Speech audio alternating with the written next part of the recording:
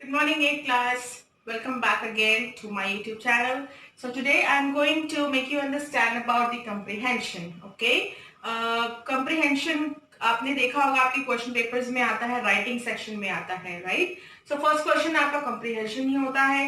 Comprehension में क्या होता है बेटा, एक अनसिन पैसेज दे दिया जाता है जिसमें आपको क्वेश्चंस दिए जाते हैं और उसके आंसर आपको उस पैसेज में से ढूंढकर लिखने होते हैं, राइट? तो चलिए पहले मैं आपको बताती हूँ कि इसका एग्जैक्ट मीनिंग क्या होता है।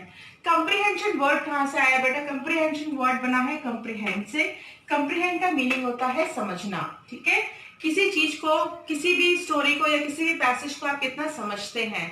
आपका बेटा अनसीन पैसेज जो दिए जाते हैं उससे आपकी कोई लैंग्वेज की मार्किंग नहीं होती। एग्जामिनर देखता है कि आपकी अंडरस्टैंडिंग पावर कितनी है, राइट?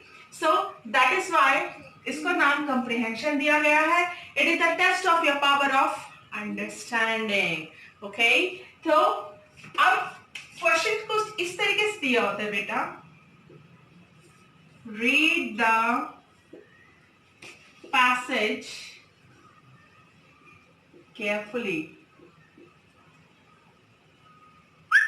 कुछ इस तरीके से क्वेश्चन होता है। चलो पहले मैं आपको एक एग्जांपल देती हूँ कंप्रीहेंशन का। राजा दशरथ जी थे, उनके पुत्र का नाम था श्री राम। श्री राम जी की पत्नी का नाम था सीता जी। सीता जी और श्री राम जी दोनों ही 14 वर्ष के लिए वनवास गए थे। वहां उन्होंने रावण का वध किया और सकुशल लक्ष्मण जी और सीता जी के साथ अयोध्या वापस लौटे थे। तो अब मैं अगर आपसे पूछूं कि श्री राम जी के पिताजी का क्या नाम था, आप फटाक से बना दोगे, with the snap of your finger you will give the answer, राजा दशरथ जी। और मैं पूछूं उनकी वाइफ का नाम क्या था, राम जी की पत्नी का नाम क्या था, आप बता दोगे सीता जी, ठीक है? और कितने वर्ष का वनवास हुआ था? 14 वर्ष का। बहुत सिंपल है ना? अब आप कहोगे कि ये तो हमारी हिंदी लैंग्वेज में था तो उसके हमें थोड़ा सिंपल लगा, हमने फटाक से आंसर दे दिए। लेकिन हमें प्रॉब्लम आती है जब इंग्लिश लैंग्वेज में पूरा पैसेज हमें दिया गया हो। कोई घबराने की बात नहीं है, दैट्स ओके। आपकी यहाँ पे ग्रामर टेस्ट नहीं हो रही, आपकी यहाँ पे बहुत ज्यादा लैंग्वेज, टफ वर्ड्स, प्रोनाउंसिएशन कुछ टेस्ट नहीं हो रहा, आपकी यहाँ पे टेस्ट हो रही है अंडरस्टैंडिंग, राइट? सो आपको घबराने की बिल्कुल भी जरूरत नहीं है। 5 मार्क्स का आता है ये पैसेज, मोस्टली 8 मार्क का भी आता है और कभी कभी 10 मार्क के भी पैसेजेस आते हैं। ये डिपेंड करते हैं आपकी क्वेश्चन पेपर कितने मार्क्स का है बेटा, ठीक है? कई बार आपने देखा होगा पोएम के भी पैसेजेस आते हैं। तो चलिए मैं बताती हूँ सबसे आसान ट्रिक पैसेज को सॉल्व करने के लिए। बेटा क्वेश्चन में दिया जाता है कि रीड द पैसेज केयरफुली, लेकिन मैं आपको बोलूंगी कि आपको पैसेज केयरफुली नहीं पढ़ना है, आपको पढ़ना है क्वेश्चंस।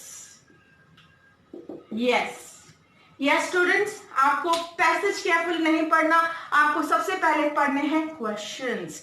क्योंकि अगर आप पैसेज पूरा पढ़ने में टाइम लगा देंगे तो आराम से आपके 10 to 15 minutes swipe away like anything, ठीक है? सो आपको टाइम वेस्ट नहीं करना है, आपको सबसे पहले क्वेश्चंस पढ़ने हैं कि क्वेश्चंस क्या क्या दिए गए हैं, ठीक है? उसके बाद अब आपके माइंड के एक साइड में क्वेश्चंस हैं ऑलरेडी, ठीक है? आपको पता है कि एग्जामिनर ने आपसे पूछा क्या है, तो जैसे ही आप पैसेज पढ़ना शुरू करते हैं ना, आपको फटाफट से आंसर यू मिलते चले जाते हैं, ठीक है? और एक बात मैं आपको बताती हूँ, जैसे क्वेश्चन नंबर 1 जो होता है वो मोस्टली आपको बेटा पैरा नंबर 1 में मिलेगा, क्योंकि मोस्टली क्वेश्चंस जो होते हैं वो सीक्वेंस में होते हैं, ठीक है? मोस्टली पैसेजेस में जो क्वेश्चंस होते हैं वो सीक्वेंशियल ऑर्डर में होते हैं।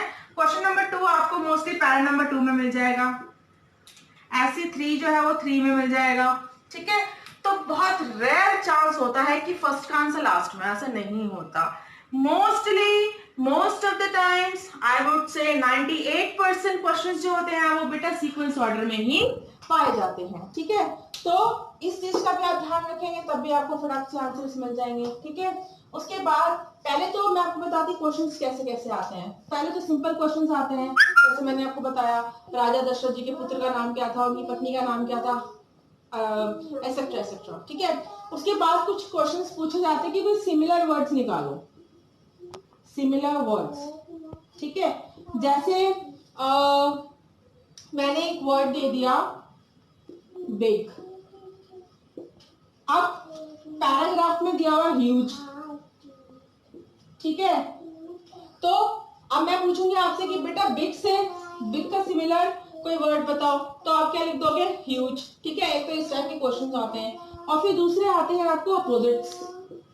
आपको एक वर्ड दे दिया जाएगा, उसमें बोल देंगे कि भाई इसका अपोजिट लिखो। सपोज करो स्मॉल दे दिया, ठीक है, स्मॉल का अपोजिट आप ह्यूज लिख सकते हो बेटा, इजीली लिख सकते हो।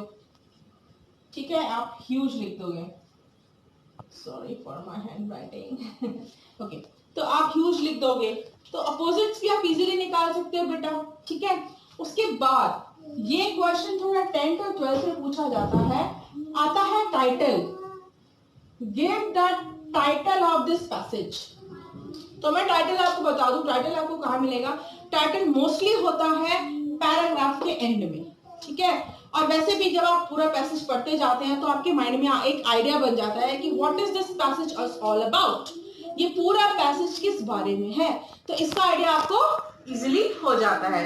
ठीक है बच्चे, तो आपको ये छोटी बहुत इजीली है, बहुत इजी आप स्कोर करेंगे, इसमें full marks you can attain. आपको क्या ध्यान रखना है बेटा? आपको पूरा पैसेज पहले नहीं पढ़ना है, आपको सबसे पहले पढ़ने हैं क्वेश्चंस, क्वेश्चंस के बाद आप पैरा बाय पैरा रीड करेंगे, और आपको क्वेश्चंस जो है वो सीक्वेंस वाइज मिलते चले जाएंगे।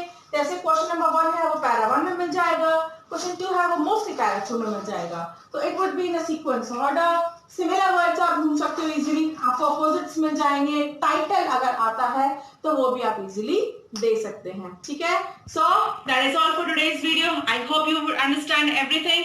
If you have any doubt, you can post your comments over here or you can simply WhatsApp me. Thank you so much.